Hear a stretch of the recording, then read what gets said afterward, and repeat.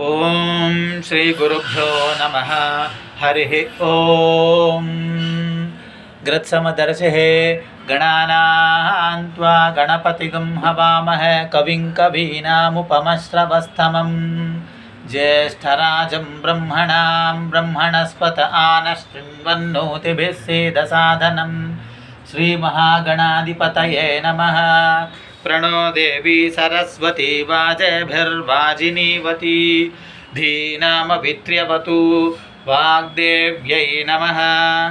ॐ भद्रं कर्णेभिः शृणुयाम देवाः भद्रं पश्येमाक्षभिर्यजत्राः स्थिरैरङ्गैः स्तुष्टुवागंसस्तनूभिः यशेम देवहितं यदायुः. स्वस्ति न इन्द्रो वृद्धश्रवाः स्वस्ति नः पूषा विश्ववेदाः स्वस्ति नस्तार्क्ष्यो अरिष्ठनेमिः स्वस्ति नो बृहस्पतिर्दधातु.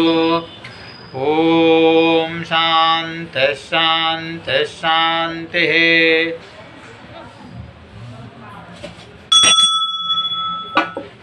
ॐ लं नमस्ते गणपतये त्वमेव प्रत्यक्षं तत्त्वमसि त्वमेव केवलं कर्तासि त्वमेव केवलं धर्तासि त्वमेव केवलं हर्तासि त्वमेव सर्वं खल्विदं ब्रह्मासि त्वं साक्षादात्मासि नित्यं ऋतं वच्मि सत्यं वच्मि अवत्वं माम् अवभक्तारम् अवश्रोतारम् अवदातारम् अवधातारम् अवानुचानमवशिष्यम् अवपश्चात्तात् अवपुरस्तात् अवोत्तरात्तात् अवदक्षिणात्तात् अवचोर्ध्वात्तात् अवाधरात्तात् सर्वतो मां पाहि पाहि समन्तात्. त्वं वाङ्मयस्त्वं चिन्मयः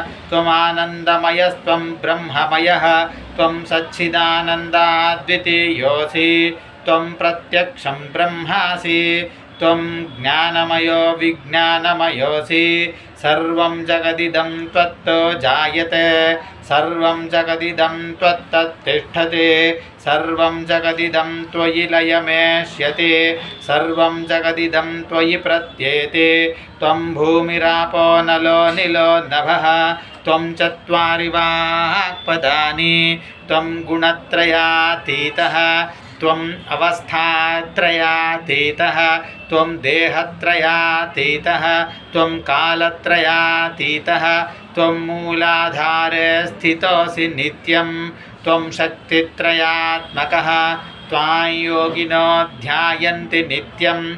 त्वं ब्रह्मा त्वं विष्णुस्त्वं रुद्रस्त्वमिन्द्रस्त्वमग्निस्त्वं वायुस्त्वं सूर्यस्त्वं चन्द्रमास्त्वं ब्रह्म भूर्भुवस्वरोम्. गणादीं पूर्वमुच्चार्य वर्णादीस्तदनन्तरम् अनुस्वारः परतरः अर्धेन्दुलसितं तारेण रुद्धम् एतत्तव मनुस्वरूपं. गकारः पूर्वरूपम् अकारो मध्यमरूपम् अनुस्वारश्चान्त्यरूपं बिन्दुरुत्तररूपं नादः सन्धानं सगंहिता सन्धिः सैषा गणेशविद्या गणकर्षिः निचृद्गायत्री छन्दः श्रीमहागणपतिर्देवता. ॐ गं गणपतये नमः. एकदन्ताय विद्महे वक्रतुण्डाय धीमहि तन्नो दन्तिः प्रचोदयात्. एकदन्तं चतुर्हस्तं पाशमङ्कुशधारिणं रदं च वरदं हस्तैर्बिभ्राणं मूषकध्वजम्. रक्तं लम्बोदरं शूर्पकर्णकं रक्तवाससं रक्तगन्धानुलिप्ताङ्गं रक्तपुष्पैः सुपूजितं. भक्तानुकम्पिनं देवं जगत्कारणमच्युतम्. आविर्भूतं च सृष्ट्यादौ प्रकृतेः पुरुषात् परम्. एवं ध्यायति यो नित्यं स योगी योगिनां वरः. नमो व्रातपतये नमो गणपतये नमः प्रमथपतये नमस्ते स्तुलम्बोदराय एकदन्ताय विघ्नविनाशिने शिवसुताय श्रीवरदमूर्तये नमः। एतदथर्वशीर्षं योधीते स ब्रह्मभूयाय कल्पते स सर्वविघ्नैर्न बाध्यते स सर्वत्र सुखमेधते स पञ्चमहापापात् प्रमुच्यते सायमधीयानो दिवसकृतं पापं नाशयति प्रातरधीयानो रात्रिकृतं पापं नाशयति सायं प्रातः प्रयुञ्जानो पापो भवति सर्वत्राधीयानोपविघ्नो भवति धर्मार्थकाममोक्षं च विन्दते इदमथर्वशीर्षमशिष्याय न देयम् यो यदि मोहात् दास्यति स पापीयान् भवते सहस्रावर्तनाद्यं यं काममधीते तं तमनेन साधयेत् अनेन गणपतिमभिषिञ्चति स वाङ्मे भवति चतुर्थ्या मनस्नं जपति स विद्यावान् भवति इत्यथर्वणवाक्यम् ब्रह्माद्यावरणं विद्यान्न बिभेति कदाचनेति यो दूर्वाङ्कुरैर्यजति स वैश्रवणोपमो भवति यो लाजैर्यजति स यशोवान् भवति स मेधावान् भवति यो मोदकसहस्रेण यजति स वाञ्छितफलमवाप्नोति यः साज्यसमिद्भिर्यजति स सर्वं लभते स सर्वं लभते अष्टौ ब्राह्मणात् सम्यग्राहयित्वा सूर्यवर्चस्वे भवते सूर्यग्रहे महानद्यां प्रतिमासन्निधौ वा जप्त्वा सिद्धमन्त्रो भवते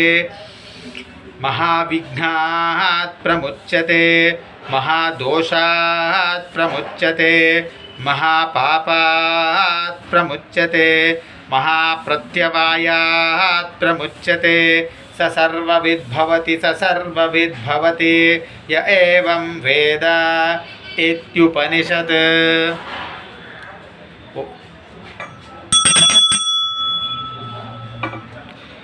ॐ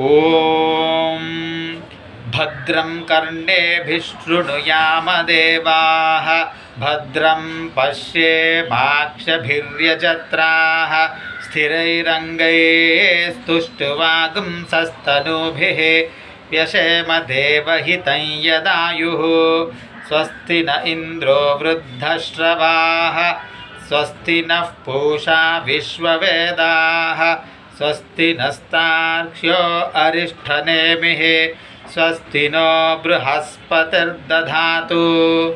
ॐ शान्तिः शान्तिः शान्तिः। ॐ गजाननं गणपतिं गुणानाम् आलयं परं वन्देऽहं गिरिजासूनुं तन्देवम् अमरार्चितम्। हरिः ॐ तत्सत्। श्रीविनायकार्पणमस्तु।